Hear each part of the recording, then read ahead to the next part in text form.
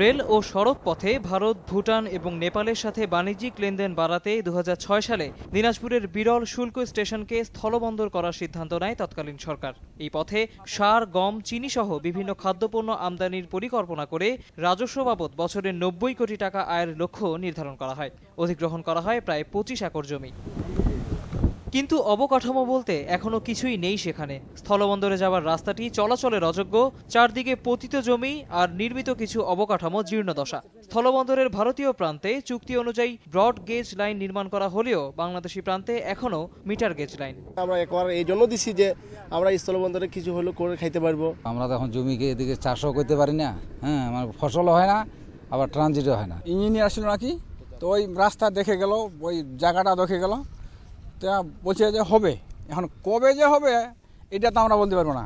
জেলার শীর্ষ ব্যবসায়ীদের মতে হিলির তুলনায় বিরল স্থলবন্দরের মাধ্যমে ব্যবসা করা আরও সহজ হবে। ইন্ডিয়ান পোর্শনে কিন্তু তাদের কাজ ওরা মোটামুটি কমপ্লিট করে ফেলছে আমার জানার মতে, কিন্তু বাংলাদেশের পোর্শনে কোনো জমি ল্যান্ড একবারও সেরকম হয়নি রাস্তার জন্য, বা কোনো উদ্যোগ সেরকম খুব মন্থর গতিতে বাংলাদেশ। আমার বাম পাশ থেকে শুরু করে পেছনের পুরো জায়গাটিতে ভারতীয় সীমান্তের কাঁটাতারের বেড়াটি দেখা যাচ্ছে এবং ঠিক পেছনেই ভারতের রাধিকাপুর রেল স্টেশন। মূলত এই রেল যোগাযোগ ব্যবস্থার মাধ্যমেই এই বিরল স্থলবন্দরের অর্থনৈতিক কার্যক্রম শুরু হবার কথা ছিল।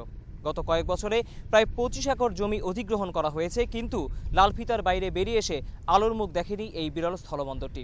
তাই দিনাজপুরের ব্যবসায়ীরা সহ এই অঞ্চলের মানুষের দাবি, তাদের অর্থনৈতিক সমৃদ্ধির কথা চিন্তা করে হলেও এই স্থলবন্দরটি অবিলম্বে চালু করা উচিত।